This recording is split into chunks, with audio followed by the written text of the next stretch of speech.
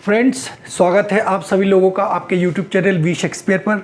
आइए फ्रेंड्स, कल हमने सेंटेंस के बारे में डिस्कस किया था कि सेंटेंस क्या होता है, ठीक है, उसके कितने प्रकार होते हैं और प्रत्येक प्रकार के बारे में डिटेल में जानकारी दी थी और वो किस तरीके से आपके एग्ज़ाम में पूछा जाता है, चाहे आप कम्पिटिटिव एग्ज़ाम दे रहे हो या एकेडमिक एग्ज़ाम दे रहे हो। तो आज हम जो है उसका नेक्स्ट पार्ट जो है करेंगे, पार्ट्स ऑफ अ सेंटेंस, यानी कि वाक्य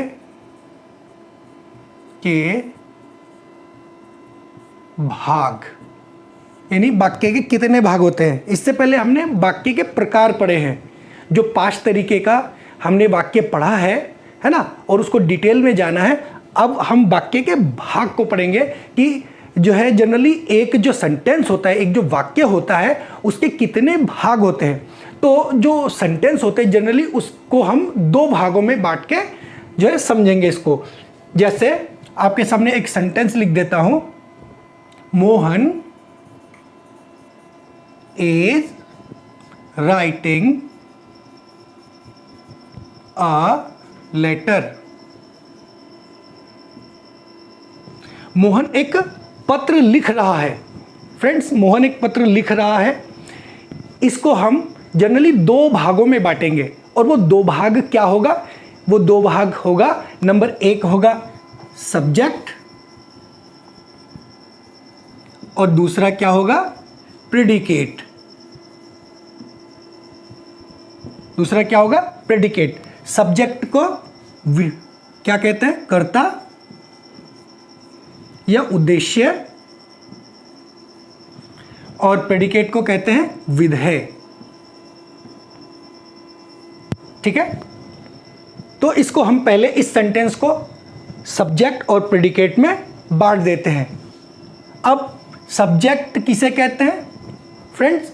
सब्जेक्ट किसी भी सेंटेंस में काम करने वाले नाउन या प्रोनाउन को सब्जेक्ट कहा जाता है। यानी कोई सेंटेंस है आपके सामने और उसमें काम करने वाला या तो नाउन होगा या प्रोनाउन होगा ना, है ना, तो वो नाउन और प्रोनाउन चाहे जो भी हो वो क्या कहलाएगा, सब्जेक्ट। ठीक है, तो इसमें काम करने वाला कौन है, मोहन है, तो मोहन क्या कहलाएगा, मोहन कहलाएगा सब्जेक्ट। और उस सब्जेक्ट के बाद, है ना, चाहे वो हेल्पिंग वर्ब से शुरू हो चाहे वो मेन वर्ब से शुरू हो, और वहां से लेके यानी कि हेल्पिंग वर्ब और मेन वर्ब से लेके लास्ट तक, अंतिम शब्द तक का जो भाग होगा वो प्रेडिकेट कहलाएगा। क्या कहलाएगा, प्रेडिकेट। तो यहां हेल्पिंग वर्ब से शुरू हो रहा है ये वाक्य, इज राइटिंग अ लेटर। ये जो पूरा पार्ट्स है, इस पूरे पार्ट्स को हम क्या कहेंगे, इसे कहेंगे प्रेडिकेट, यानी कि विधेय। तो आपको समझ में आ गया, यानी जो सेंटेंस में काम करता है उसे सब्जेक्ट कहते हैं और सब्जेक्ट के द्वारा जो काम किया जाता है उसे प्रेडिकेट कहते हैं, उसे विधेय कहते हैं। तो आपको सब्जेक्ट और प्रेडिकेट अच्छे से समझ में आ गया। अब फ्रेंड्स, सब्जेक्ट आप निकाल सकते हैं किस तरीके से, जैसे सेंटेंस में काम कौन कर रहा है आप उसको किस तरीके से निकालेंगे। जैसे हु, अगर आप हु से, अगर आप हु से प्रश्न करेंगे तो उसके रिप्लाई में, यानी कि हु के रिप्लाई में जो आपको उत्तर मिलेगा वो सब्जेक्ट होगा। जैसे who is writing a letter, तो who is writing a letter, तो आपको उत्तर में क्या मिलेगा, हु के जगह क्या मिलेगा आपको, मोहन। मोहन मिलेगा ना, Mohan is writing a letter. तो हु के रिप्लाई में आपको क्या मिला, मोहन, तो मोहन क्या हुआ, सब्जेक्ट, है ना। और अगर आप प्रेडिकेट निकालना चाहते हैं तो व्हाट का रिप्लाई चाहिए आपको, क्या चाहिए, व्हाट का रिप्लाई। व्हाट यानी कि मोहन क्या लिख रहा है, तो व्हाट इज मोहन राइटिंग। तो व्हाट इज मोहन राइटिंग? तो व्हाट के रिप्लाई में क्या आएगा? Mohan is writing a letter. तो इज राइटिंग ए लेटर आएगा। जैसे Mohan, what is Mohan writing? तो Mohan is writing a letter. ठीक है, तो मोहन तो सब्जेक्ट में आ गया और इज राइटिंग ए लेटर, उसने क्या बताया कि क्या लिख रहा है? एक पत्र लिख रहा है, इज राइटिंग अ लेटर। तो ये जो पूरा पार्ट होगा हेल्पिंग वर्ब से लेके और अंत तक, ये प्रेडिकेट कहलाएगा। ठीक है फ्रेंड्स, आपको समझ में आ गया सब्जेक्ट क्या होता है और प्रेडिकेट क्या होता है। सब्जेक्ट को हु के रिप्लाई में आप पा सकते हैं, यानी कि जब आप हु से रिप्लाई करेंगे, हु का प्रत्युत्तर देंगे तो आपको जो है सब्जेक्ट मिलेगा, और जब आप व्हाट से प्रश्न करेंगे, क्वेश्चन करेंगे, तो उसके रिप्लाई में आपको क्या मिलेगा? प्रेडिकेट मिलेगा। तो इतना समझ में आ गया। आप एक स्नैपशॉट ले सकते। पार्ट्स ऑफ सब्जेक्ट, और इसका दूसरा होता है पार्ट्स ऑफ प्रेडिकेट। फ्रेंड्स, आपने देखा होगा एक सेंटेंस, उस सेंटेंस में कभी कभी क्या होता है कि सब्जेक्ट तो एक अक्षर का होता है, और कभी कभी किसी सेंटेंस में सब्जेक्ट जो है फ्रेजल वर्ब के रूप में होता है, यानी कि फ्रेज के रूप में होते हैं, है ना। यानी कि एक अक्षर का भी जो है सब्जेक्ट हो सकता है, और एक से अधिक अक्षरों के भी या शब्दों के समूह के भी क्या हो सकते हैं? सब्जेक्ट हो सकते हैं, है ना। और आपने कभी कभी देखा होगा कि जो वर्ब वाला पार्ट होता है वो लंबा हो जाता है, और कभी कभी एक शब्द में भी हो जाता है। तो हम अभी फिलहाल जो है वो पार्ट्स ऑफ सब्जेक्ट की बात करेंगे, पार्ट्स ऑफ प्रेडिकेट की बात इसके बाद करेंगे, यानी कि इसी वीडियो में करेंगे। अब देखिए, जैसे पार्ट्स ऑफ सब्जेक्ट, तो सब्जेक्ट कभी कभी एक अक्षर का भी हो सकता है और एक से ज्यादा का भी। तो हम लेंगे एक अक्षर का, जैसे मोहन प्लेड।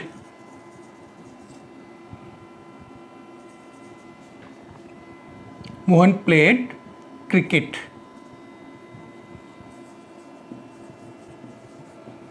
तो यहां जो है मोहन ने क्या खेला? क्रिकेट खेला। तो ये एक अक्षर का सब्जेक्ट हो गया, और आपका ये क्या हो गया? ये प्रेडिकेट हो गया। ठीक है, अब लेते हैं एक से ज्यादा अक्षरों वाला सब्जेक्ट, जैसे my dear father. My dear father living in Mumbai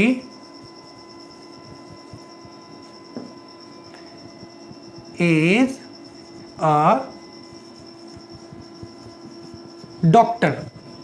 ठीक है फ्रेंड्स, अब देखिए मैंने क्या कहा था कि आपका जो सब्जेक्टिव पार्ट है वो एक अक्षर का भी हो सकता है और एक से अधिक अक्षर का भी। अभी आपको मैंने सब्जेक्ट और प्रेडिकेट निकालना सिखाया। सब्जेक्ट वाला पार्ट और प्रेडिकेट वाला पार्ट कहाँ से आप चुनेंगे? आप देखेंगे सबसे पहले वर्ब पे जाएंगे, वर्ब से बाईं ओर, यानी वर्ब से पहले जो है सब्जेक्टिव पार्ट होगा, और वर्ब से लेके और अंत तक जो है वो प्रेडिकेट वाला पार्ट होगा। तो यहाँ वर्ब कहाँ है? यहाँ वर्ब कहाँ है? यहाँ है वर्ब, ये हेल्पिंग वर्ब यहाँ से स्टार्ट होता है। तो यहाँ से ये वाला पार्ट जो है वो प्रेडिकेट का है। ठीक है, और यहां से लेके और यहां तक का ये जो पूरा पार्ट है ये क्या है? ये सब्जेक्टिव पार्ट है, सब्जेक्ट कहलाता है। ठीक है, लेकिन इस सब्जेक्ट में अब क्या क्या है हम इसको जान लेते हैं। देखिए, सब्जेक्ट में ये जो माई शब्द है ना, इसे कहते हैं,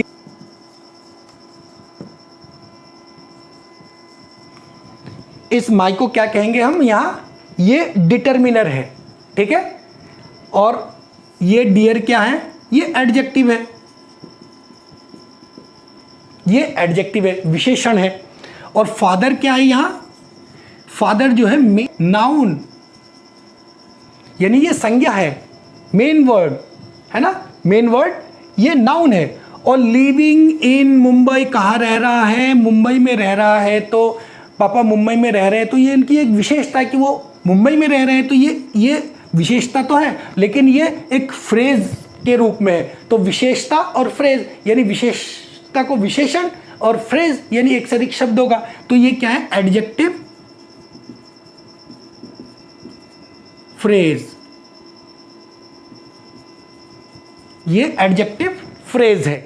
और इधर का पार्ट आपको बता ही दिया था कि हेल्पिंग वर्ब से लेके और अंत तक क्या कहलाता है, प्रेडिकेट। तो हम अभी जो है सब्जेक्टिव पार्ट को सीख रहे हैं। तो ये क्या हुआ, डिटरमिनर, ये एडजेक्टिव, ठीक है, और ये मेन वर्ड है फादर, तो यहाँ ये नाउन का काम कर रहे हैं। और लिविंग इन मुंबई ये एडजेक्टिव फ्रेज है। और ये पूरा मिला के ये सब्जेक्टिव पार्ट है, इसे सब्जेक्ट कहते हैं, ठीक है। और इधर वाले पार्ट को प्रेडिकेट। तो आपको अच्छे से समझ में आ गया होगा कि कभी कभी सब्जेक्ट एक शब्द का भी हो सकता है और कभी कभी सब्जेक्ट फ्रेज के रूप में भी हो सकता है, एक से अधिक शब्दों का भी हो सकता है, ठीक है। ऐसा ठीक प्रेडिकेट के साथ भी होता है। अब देखिए, इज अ डॉक्टर, डिटरमिनर इसे कहते हैं डिटरमिनर। अब डिटरमिनर क्या होता है फ्रेंड्स, डिटरमिनर को हिंदी में निर्धारक कहते हैं।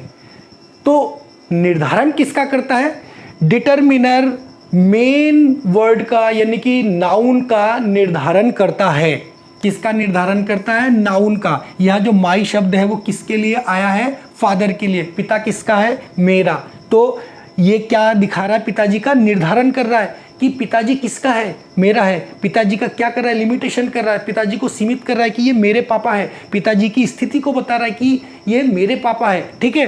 तो ये डिटरमिनर कहलाते हैं और इसी को क्वालिफायर भी कहा जाता है, इसी को क्वालिफायर भी कहा जाता है। अब देखते हैं डिटरमिनर क्या होता है। तो डिटरमिनर्स, देखिए इसको एस कर देते हैं, और determiners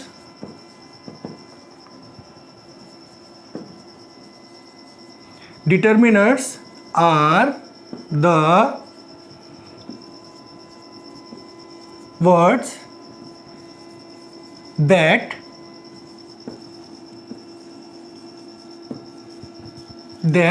determine the noun,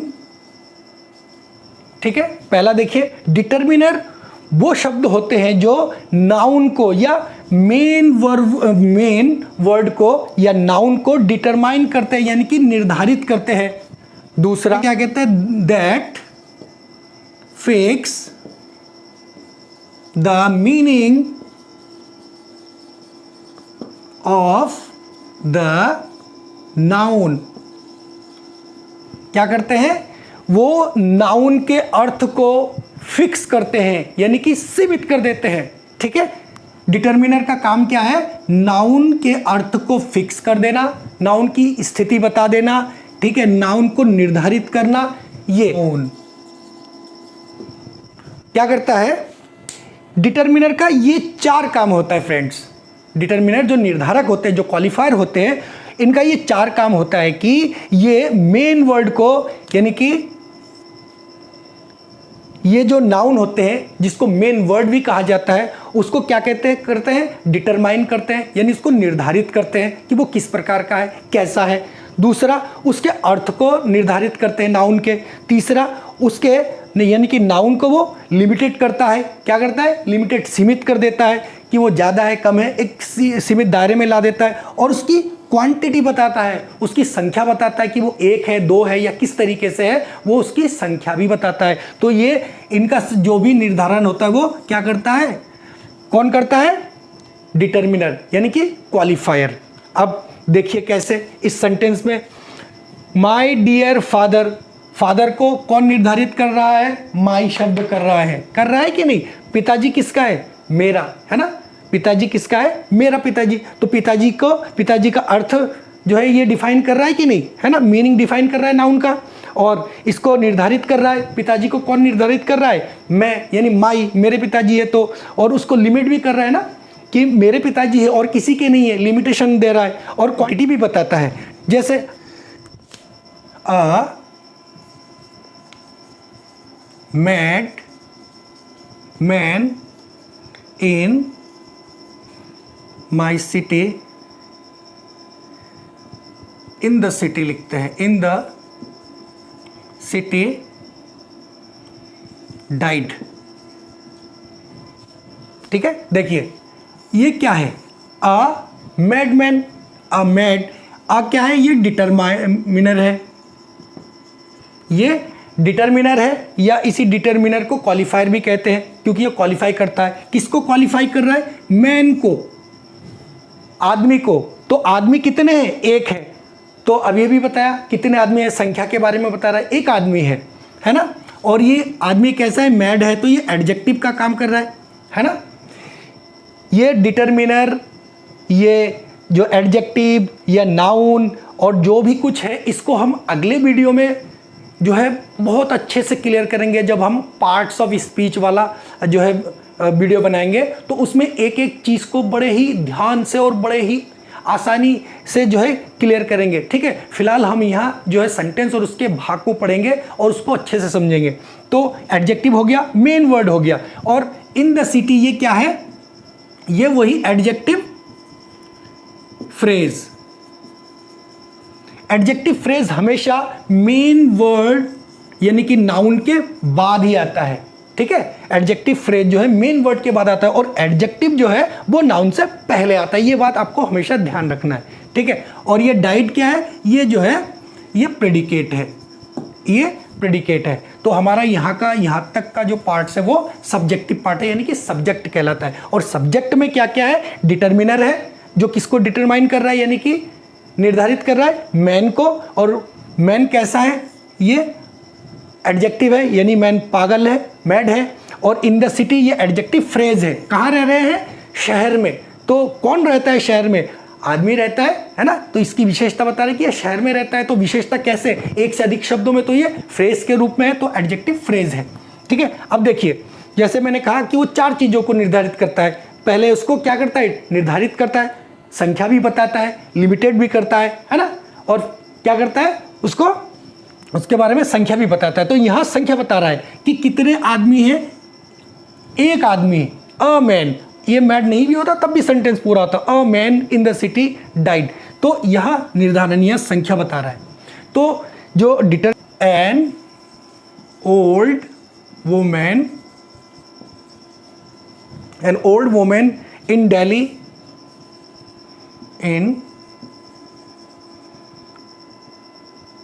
in Delhi is a teacher। अब देखिए, अब यहां से ये हेल्पिंग वर्ब है, यहां से यहां तक का पार्ट ये प्रेडिकेट हुआ।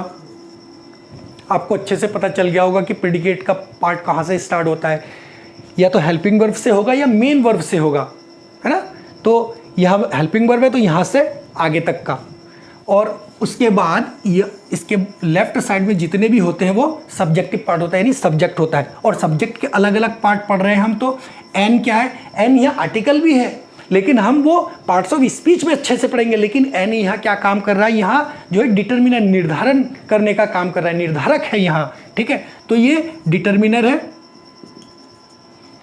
ओल्ड क्या है, ये एडजेक्टिव है, क्योंकि वुमेन कैसा है, वुमेन की विशेषता क्या है कि वो बूढ़ी है, ओल्ड है, तो ये एडजेक्टिव है। वुमेन क्या है, यहाँ मेन वर्ड है, मेन वर्ड जिसे नाउन भी कहेंगे यहाँ। ठीक है, मेन वर्ड है। और इन दिल्ली, दिल्ली में ये क्या है, एडजेक्टिव फ्रेज। ठीक है, ये एडजेक्टिव फ्रेज है। अब देखिए ये निर्धारण कर रहा है कितने वुमेन है, एक वुमेन। वुमेन कैसी है, ओल्ड है, और वुमेन कहाँ है, दिल्ली में, और वो क्या है, वो टीचर है।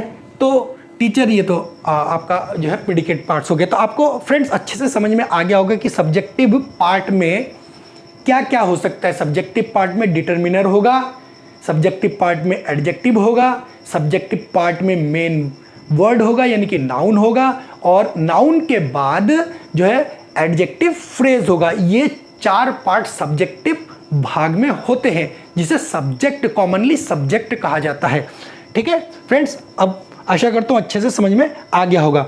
अब देखते हैं कि डिटरमिनेंट्स में क्या क्या आते हैं, ये से बनता है या किस तरीके से बनता है। डिटरमिनेंट में होता क्या है? नंबर 1, डिटरमिनेंट में आर्टिकल का प्रयोग होता है।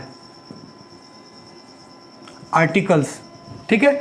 आर्टिकल्स कौन कौन से होते हैं? आर्टिकल ही कहेंगे इसे, आर्टिकल ए, एन और द, ठीक है। डिटरमिनेंट्स में या क्वालिफायर लिख सकते हो, ठीक है। क्वालिफायर्स, इसमें क्या क्या आते हैं? सबसे पहला आर्टिकल में ए, एन, द का प्रयोग एज अ क्या डिटरमिनर के रूप में। प्रोनाउंस,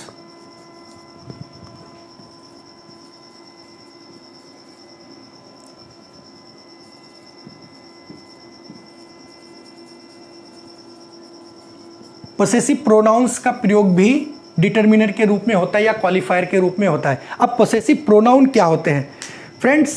प्रोनाउन जो शब्द होते हैं उसका सेकंड फॉर्म पोसेसिव प्रोनाउन होता है। अब लोग कहेंगे प्रोनाउन क्या है, तो ठीक है देख लीजिए।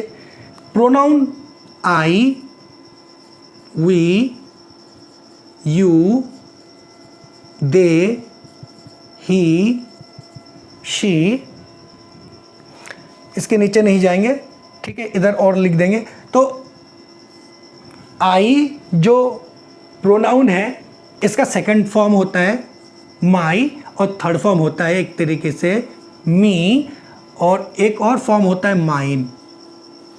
तो हम फर्स्ट, सेकंड और थर्ड फॉर्म लेते हैं, ये वाला फॉर्म अभी नहीं लेंगे, ठीक है। तो जो सेकंड फॉर्म होगा उसको कहेंगे पोसेसिव प्रोनाउन।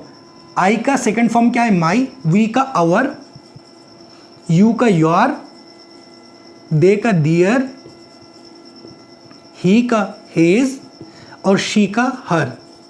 तो ये जितने भी वर्ड हैं, ये जितने भी सेकंड फॉर्म है ना, ये प्रोनाउन है, जितने भी प्रोनाउन है ये, इसका जो सेकंड फॉर्म होता है वो पोसेसिव प्रोनाउन कहलाता है। तो इसमें क्या आएगा? कौन कौन से शब्द हैं? माई, आवर, है ना, योर, डियर, ठीक है, और हिज, हर, और इट्स,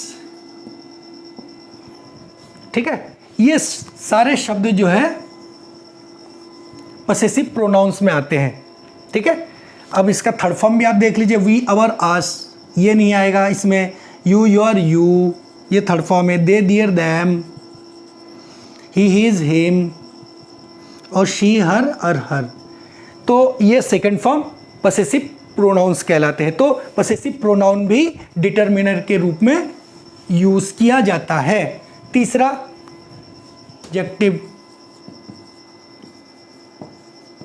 अब इन एडजेक्टिव्स में क्या क्या है? सम हो गया, ठीक है, एनी हो गया, ईच हो गया, एवरी हो गया, ठीक है।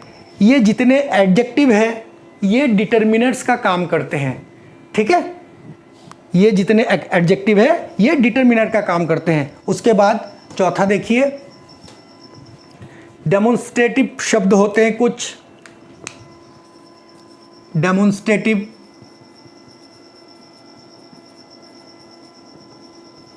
कुछ डेमोन्स्ट्रेटिव शब्द होते हैं। डेमोन्स्ट्रेटिव माने संकेतवाचक, संकेतवाचक शब्द। कुछ डेमोन्स्ट्रेटिव शब्द होते हैं जिनका प्रयोग जो है डिटरमिनेंट्स के रूप में किया जाता है। वो कौन कौन से शब्द हैं? डेमोन्स्ट्रेटिव में ना संकेत देने वाला है, जैसे दिस पास के एक वस्तु के लिए, दैट दूर के एक वस्तु के लिए, दीज एक से अधिक वस्तु पास के लिए, एंड दोज एक से ज़्यादा वस्तु दूर के लिए। तो इसको भी हम डिटेल में जो है बहुत ज़्यादा वो बाद में पढ़ेंगे, जब हम पार्ट्स ऑफ स्पीच पढ़ेंगे। फिलहाल हम जो है डिटरमिनेंट्स में क्या क्या यूज़ होते हैं उनको हल करेंगे, यहाँ उनके बारे में बात करेंगे, ठीक है। तो डिटरमिनेंट्स में देखिए ये क्या इसमें है, दिस, दैट, दीज, दोज, ठीक है, ये सब शब्द। उसके बाद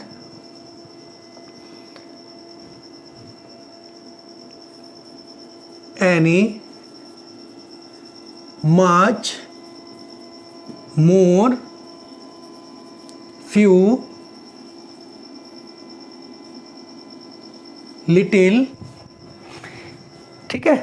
तो ये सारे शब्द जो है वो और भी रह गए कुछ, हाँ, ये सारे शब्द जो है वो डिटर्मिनेंट के रूप में यूज़ किए जाते हैं।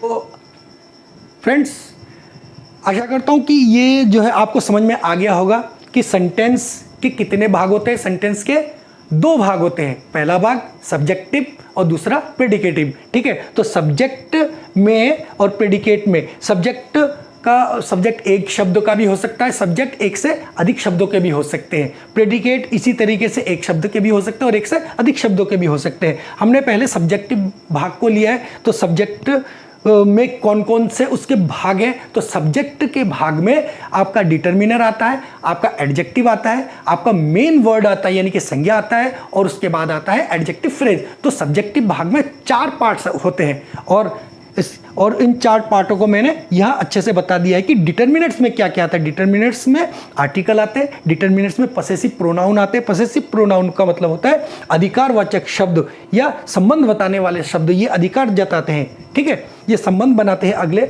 जो मेन नाउन से। और एडजेक्टिव कुछ विशेषण आते हैं, इन शब्दों का प्रयोग यहाँ विशेषण के रूप में होगा, ठीक है। यही शब्द बाद में सेंटेंस के अकॉर्डिंग चेंज हो जाता है, यहाँ नहीं, यहाँ एडजेक्टिव के रूप में यूज होगा, है। यहाँ जो है क्वालिफायर के रूप में काम करेगा, ये डिटर्मिनेंट्स के रूप में काम करेगा। ऐसे ही ये कुछ डेमोन्स्ट्रेटिव शब्द है। डेमोन्स्ट्रेटिव माने संकेतवाचक, जिससे संकेत दिया जाता हो, जैसे दिस, दैट, दीज, दोज, है ना, एनी, मच, मोर, फ्यू, लिटिल, ठीक है। तो ये आपको आशा करता हूँ कि आपको ये आ गया होगा, ठीक है, ठीक है। और अब हम बात करेंगे प्रेडिकेट, पार्ट्स ऑफ प्रेडिकेट।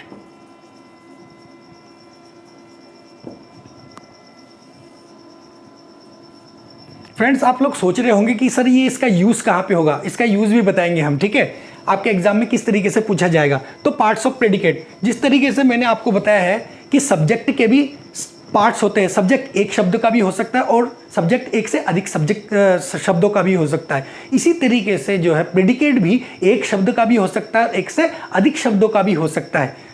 तो आपको मैंने बता दिया है प्रेडिकेट होता क्या है। प्रेडिकेट सब्जेक्ट द्वारा किए गए काम को कहा जाता है, सीधे सीधे आम भाषा में समझे। सब्जेक्ट जिस काम को कर रहा है उस काम को प्रेडिकेट कहा जाएगा। सब्जेक्ट को छोड़ दे तो बाकी का पार्ट जो है वो प्रेडिकेट कहलाता है। जैसे मोहन प्लेड, मोहन ने खेला, ठीक है। यह सब्जेक्ट भी सिंगल है ना, सिंगल सब्जेक्ट, और यहां क्या किया उसने, खेला। तो ये वर्ब है ना, ये मेन वर्ब है, इसमें कोई हेल्पिंग वर्ब आया नहीं, ये मेन वर्ब से शुरू हुआ है। तो ये एक ही शब्द का प्रेडिकेट है। ये क्या है, प्रेडिकेट। अब आपको पता चल गया होगा प्रेडिकेट क्या होता है। सब्जेक्टिव पार्ट को छोड़ के वर्ब से लेके या हेल्पिंग वर्ब से लेके अंत तक का जितना भी पोर्शन होता है वो प्रेडिकेट कहलाता है। तो ये प्रेडिकेट है। जैसे इससे पहले वाले सेंटेंस में हमने कहा था Mohan is writing a book, मान लीजिए। तो इसमें मोहन अकेला है और इज राइटिंग अ बुक, यहां तक का ये भाग पूरा प्रेडिकेट है। इसमें हेल्पिंग वर्ब से शुरू हुआ है, लेकिन इसमें हेल्पिंग वर्ब नहीं है, इसमें मेन वर्ब से, ठीक है। तो ये एक शब्द का प्रेडिकेट है और ये एक से अधिक शब्द का प्रेडिकेट है। तो ये प्रेडिकेटिव भाग ये भी है और ये भी है। तो अब आपको पता चल गया होगा कि प्रेडिकेट कहाँ से शुरू होता है और कितने पोर्शन तक का होता है और प्रेडिकेट से पहले क्या होता है, ठीक है फ्रेंड्स। तो देखिए आगे, मोहन गेव मी अ पेन, मोहन ने मुझे क्या दिया। मोहन तो आपका सब्जेक्ट हो गया, इससे पहले मैंने बताया था जो काम को करता है सेंटेंस में, जो वाक्य में काम करेगा, काम करने वाला होगा, काम करता होगा, वो क्या कहलाएगा? वो सब्जेक्ट कहलाएगा। और सब्जेक्ट के द्वारा जो काम किया जाएगा, यानी यहाँ जो करता होगा, जो काम को करेगा, वो जिस काम को करेगा वो उसका प्रेडिकेटिव पार्ट होगा, यानी प्रेडिकेट कहलाएगा, वो उसका विधेय कहलाएगा। विधेय एक तरीके से वो क्रिया वाला पार्ट होता है, ठीक है। तो यहाँ से मेन वर्ब से शुरू हुआ, गेव, ये सेकंड फॉर्म है, पास्ट इंडेफिनिट है ना, तो गिव का गेव है सेकंड फॉर्म। तो यहाँ से शुरू हुआ और लास्ट तक ये पूरा पार्ट क्या कहलाता है? प्रेडिकेट, यानी कि विधेय, विधेय कहलाता है। ये समझ में आ गया? अब देखिए इस विधेय में क्या क्या है। मोहन गेव मी अ पेन, हम इस पार्ट को छोड़ देते हैं। अब गेव ये तो है वर्ब, है ना, चाहे इसको मेन वर्ब मान लीजिए, मेन वर्ब, ये वर्ब है। मी क्या है?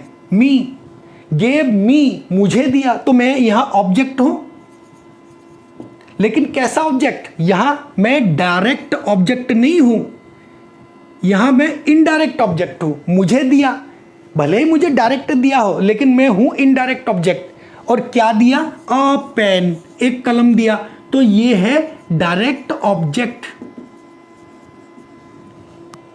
आपने साइंस में उत्तल लेंस और अवतल लेंस पढ़ा होगा, आपने साइंस में दूरदृष्टि दोष और निकट दृष्टि दोष पढ़ा होगा। दूरदृष्टि दोष जिसमें कहा गया है कि दूर की दृष्टि में दोष होना चाहिए, लेकिन होता उल्टा है। दूरदृष्टि दोष में ही व्यक्ति जो है दूर की वस्तु को अच्छा देख पाता है, और निकट दृष्टि दोष जो कि कह रहा है कि निकट की दृष्टि में दोष होना चाहिए, लेकिन नहीं, निकट की दृष्टि को वो अच्छा देखता है। तो इसी तरीके से यहाँ दिखता तो जो है वो जस्ट उसका उल्टा होता है। जैसे मोहन गेव मी, मोहन ने मुझे दिया, तो मुझे ही दिया ना डायरेक्ट, लेकिन यहाँ मुझे ये इनडायरेक्ट ऑब्जेक्ट है, और क्या दिया? ए पेन, ये डायरेक्ट ऑब्जेक्ट है ना।